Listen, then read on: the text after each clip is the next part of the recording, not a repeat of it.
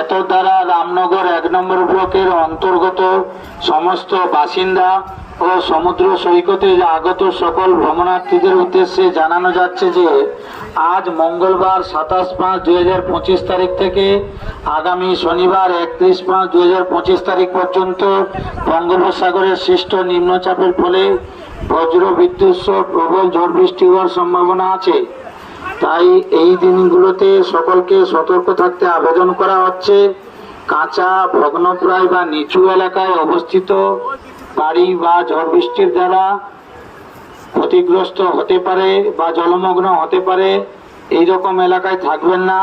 প্রয়োজনে সরকার ঘোষিত আশ্রয় শিবিরে উঠে যাবেন।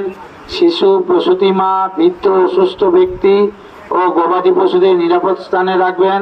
প্রয়োজনে নিকটবর্তী বিডিও অফিসে, গ্রাম পঞ্চায়েত অফিস ও থানায় যোগাযোগ করুন।